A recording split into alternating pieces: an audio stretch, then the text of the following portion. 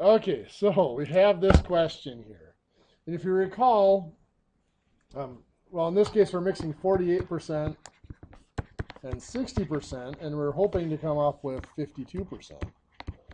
And we're looking at the amount of the ingredients going into it has to be the amount of whatever's coming out of it. So at 48%, the amount is, the 48% is a decimal, 0.48 times the volume. Do we know the volume of the 48% here? 120. So I just put 120 in there. We know that it's milliliters. Plus the volume of the 60, or 0.60 for the 60% times its volume. How much 60%? That's what we're looking for here. So that'll be X. Equals, on the other side, we're hoping to get 52%. So we're going to put in 0.52. Do we know its volume? Well, not really, but sort of. It's got to be this volume plus this volume. So 120 plus X, or X plus 120. So 0.48 times 120 is, what, 57.6? Does that come out right? 0.6 times X is just 0.6X equals, now on the other side we have to multiply through the parentheses by the 0.52. So 0.52 times X is 0.52X. Then we have 0.52 times 120 is, what, 62.4, I believe. Somebody double check me. 0.4? Okay, perfect. So now we have an X on each side. So what do we have to do? Get rid of one of them. Which one are we going to get rid of? The smaller one, the 0.52. So the 0.52X is gone. So over here we got 57.6 plus 0.6 minus 0.52 is 0.08X equals, that's gone, 62.4.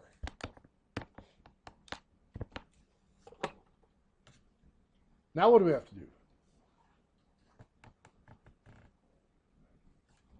Subtract 57.6. Good.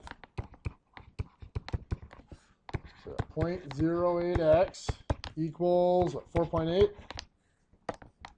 And then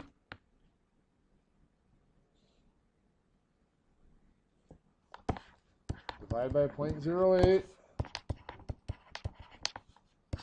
X equals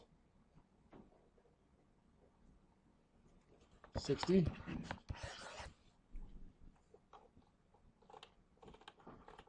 Oops, get it back here.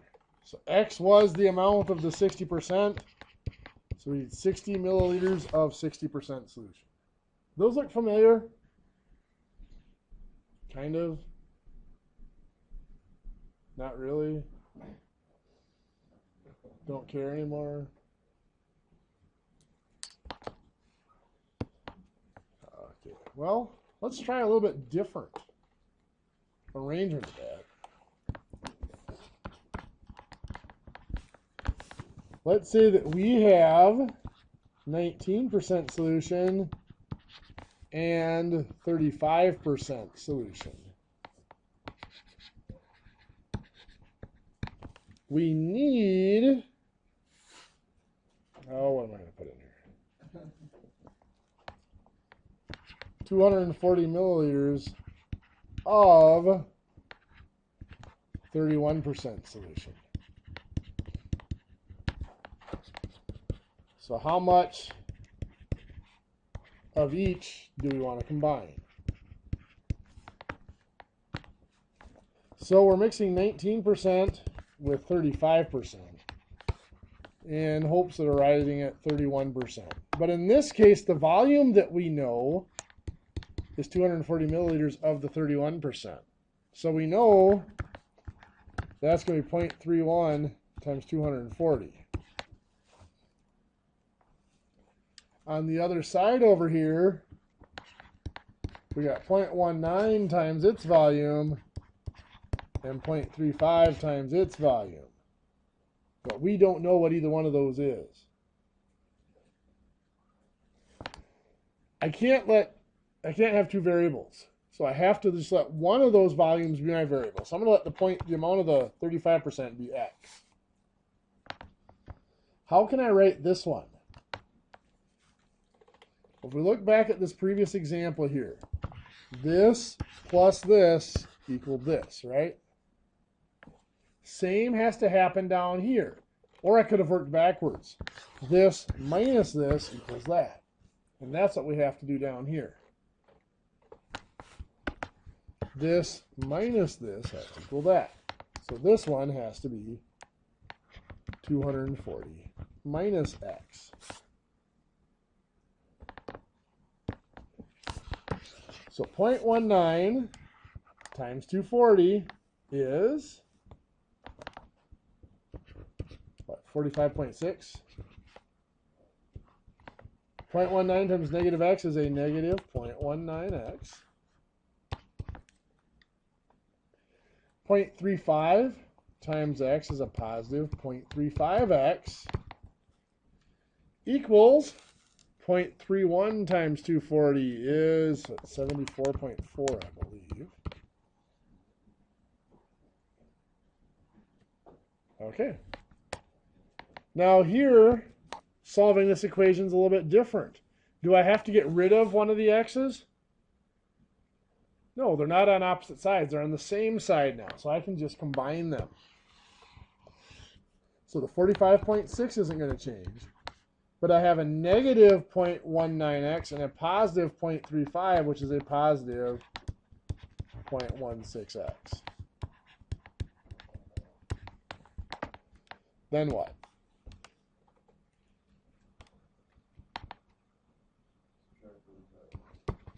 Good. I heard crickets chirping there for a second. So subtract 45.6. We got 0.16x equals, oh, what is that? 38.8, I believe. And then divide by 0.16. X equals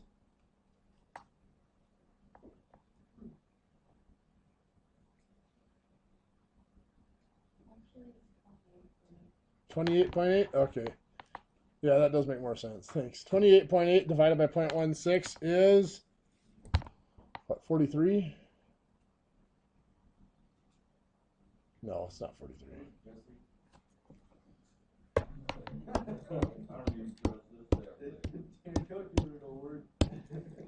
180, there we go. It's 180.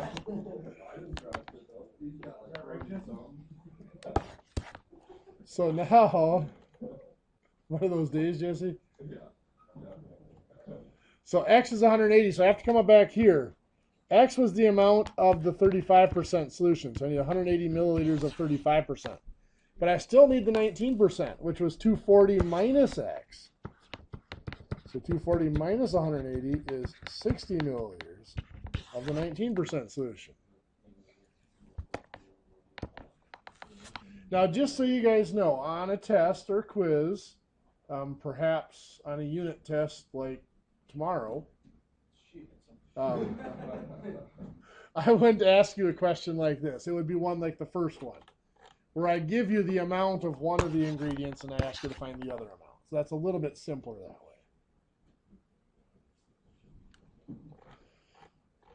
way. Okay, well, today we have a couple of new things we want to look at.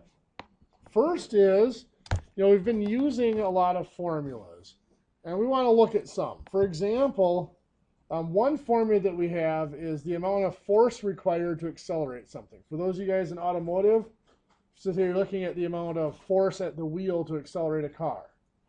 The force required is equal to the amount of mass times the desired acceleration.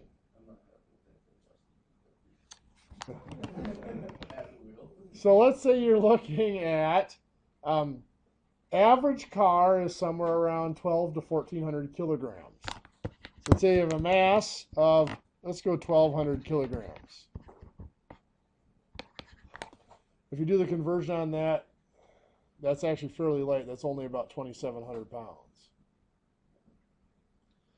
Anyway, mass of 1,200 kilograms. Now let's say you want to accelerate at a half of a g. So that means you want to accelerate at 4.9 meters per second squared. That's your acceleration. So the force required, 120 kilograms times 4.9 meters per second squared, which is, oh, what is it, like 5,880, something like that?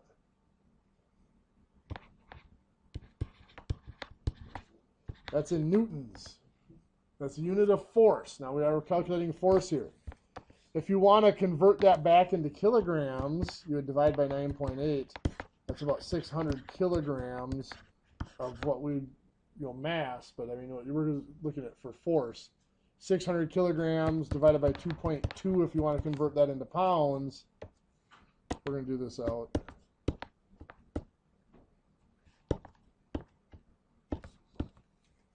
So you're looking at roughly 273 pounds of force required to accelerate that at 4.9 meters per second squared.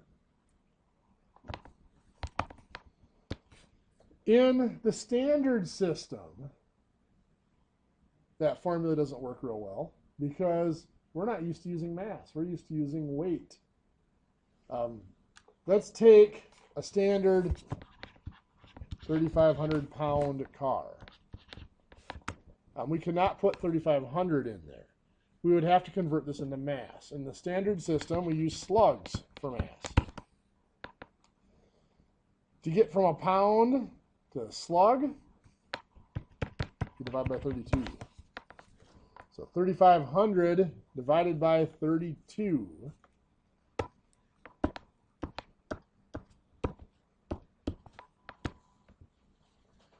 gives us about 110 slugs. So to get the force required here, let's say you want to accelerate, and we're looking at feet per second here, not miles per hour.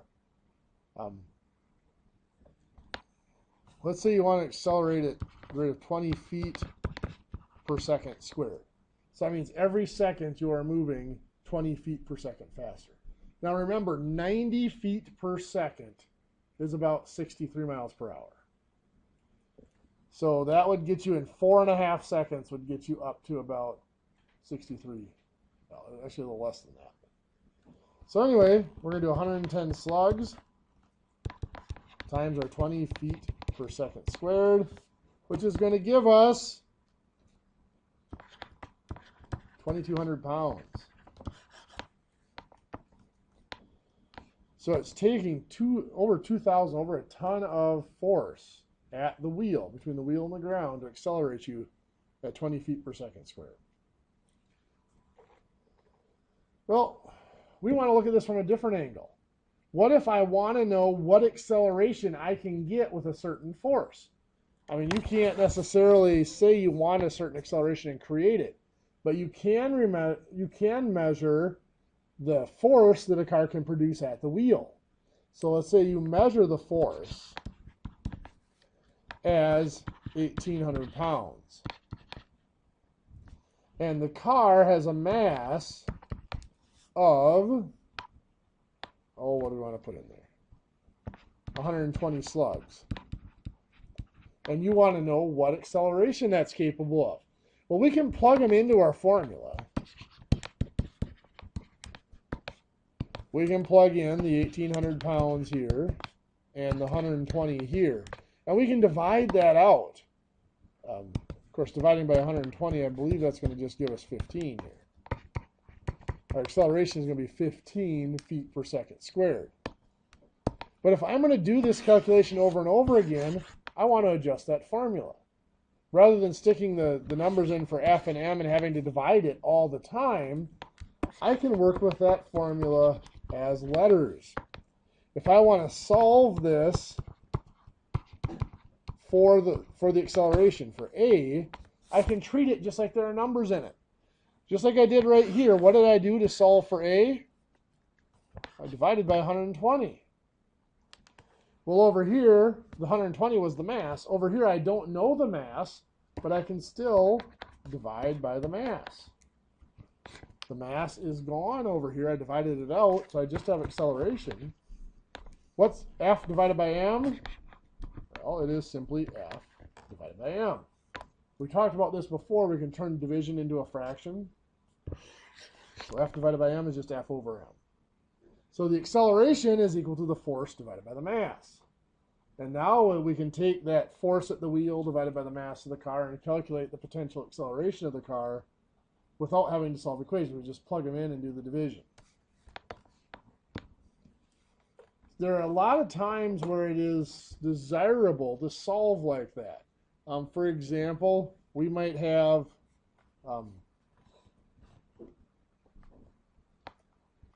let's say we got the area of a certain figure is equal to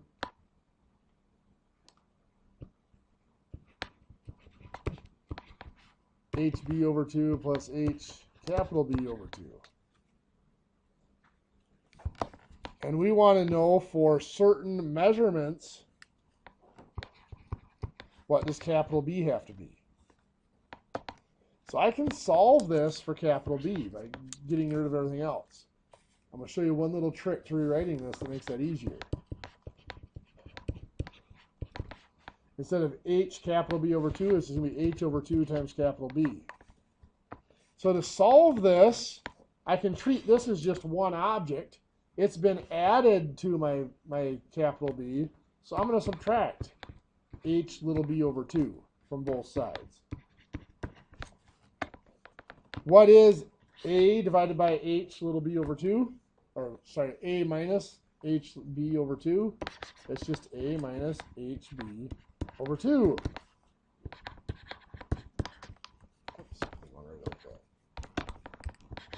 Now the capital B has been multiplied by H over 2, so what am I going to do to get rid of it? Divide by H over 2.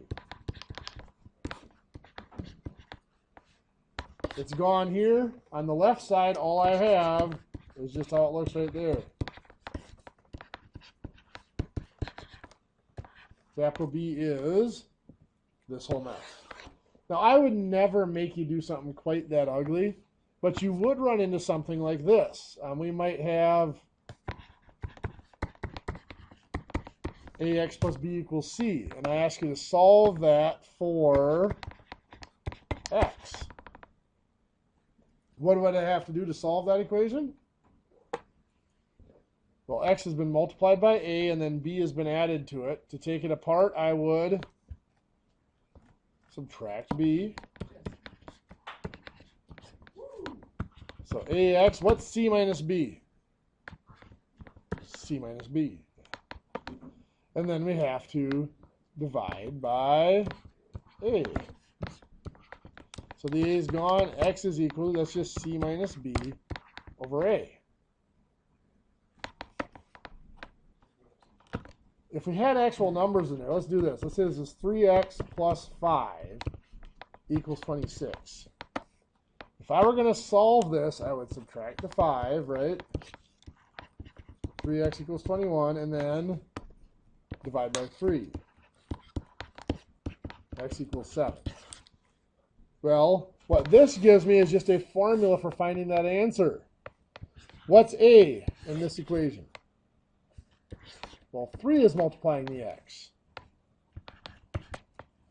What's C in this equation over here? Well, C was the number by itself. That's the 26. Minus, what's B? Well, B was this one. That's the 5. You can see here, 26 minus 5 is 21, divided by 3 is 7. So what I've done here is I've just created a formula. Rather than having to solve the equation each time, I know that it's of the form A times X plus B equals C. I can just pull out A, B, and C and put them into this formula and find the answer for X. Now again, most equations, it's probably easiest just to solve it like we did here. But if you have some complex equations, you're going to be doing that calculation over and over again, it's often simpler to solve it for one or the other. You guys did DC electrical. One of your big formulas there is, of course, voltage equals current times resistance, right? Did you guys use V for voltage or E? V, okay. When you're working with direct current, usually you do use V. D. No, that was your grade in that portion of the course. Now, if you're using a direct current, DC current, which is what a car system is, you usually use V. If you're using alternating current, which is what your wall outlet is, you use E because it's technically not a voltage anymore. It's what they call an electromotive force. So you use E. So anyway, let's say there that you have systems where you have your voltage. We're going to go with 12 volts. We all know a car system is actually at 14.4 usually. Well, what's standard? 14.1 to 14.6 or something like that? What is it? 14.6. Anyway. So most of the time, if you throw a voltmeter on an alternator, it's going to be given over 13 volts. So we're going to a 12 volt system, and let's say we have 3 ohms of resistance. Now we all know that usually there's a lot more than 3 ohms of resistance, but we're making this simple. To find the current, well, it's 12 volts equals I times 3. What are we going to have to do to find the current? Divide by 3. There you go. So 4 equals I. The current equals 4 amps.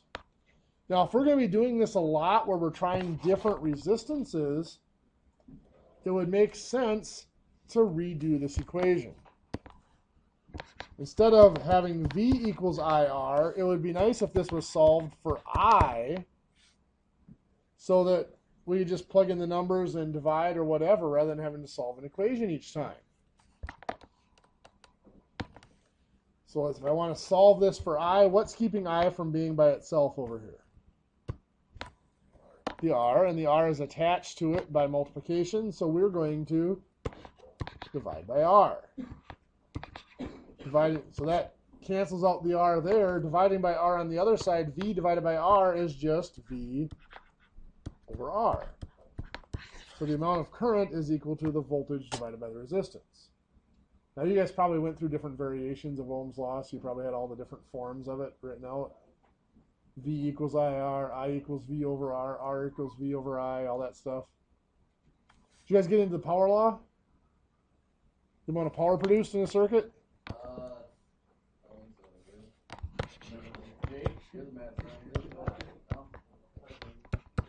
Power is equal to current times voltage. Number of watts being produced is your... Sure we probably did, but Okay. No problem. So let's say you've still got your 12 volt system and you're producing 3 amps of current. So your power produced is 3 times 12 or 36 watts of power being produced. Now more often than not, you're looking at less than an amp of current. What's your typical current in a car? You know how much current runs through a starter while you're starting it? 200 amps? Oh, that's 200 milliamps. Is it 200 amps? There's that low resistance? Holy cow.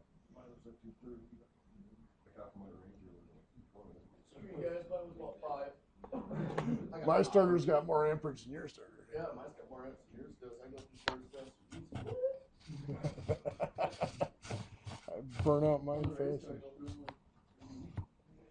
So in that case, if you're looking at a certain...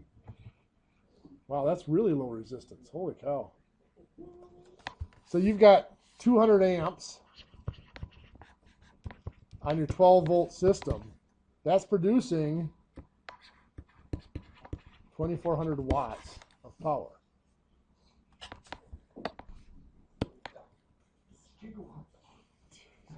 Gigawatts of power.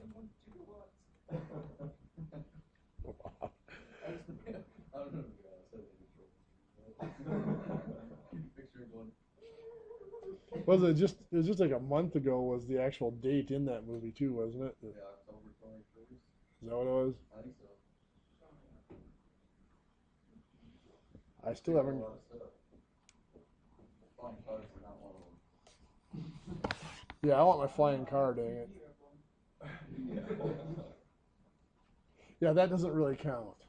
Airborne for half a second's not.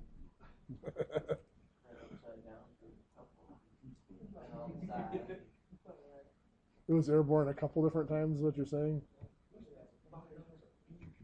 It seems a lot longer than what it actually. To be honest, that's probably the best thing that you could do with a PT Cruiser is total it. This is totally off topic, but I had a friend of mine that owned one in the early 2000s, and he had problems with it burning oil. I mean, it was burning in an oil change. He was adding at least 2 quarts of oil per oil change, and it had, I don't remember, and it only had like 15,000 miles on it, so it's still under warranty. And the dealership wouldn't do anything about it, and he finally got a hold of Dodge Chrysler. And you know what they told him their standard for excessive oil consumption was? More than a quart in 600 miles. What? Until it burnt a quart in 600 miles, it was not covered under warranty for excessive oil consumption. So that would be 5 quarts. That's a full oil change per oil change. I'd be going pumping it out of the waste station if it was burning that much oil. Yeah, it was just nuts. He was adding 2 quarts per oil change, so it was burning a quart in, probably 1,000 to 1,500 miles. But that was not considered excessive oil consumption.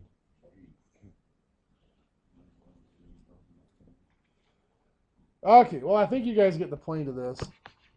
Let's put you guys to work. Just so you know, yes, tomorrow is your unit test.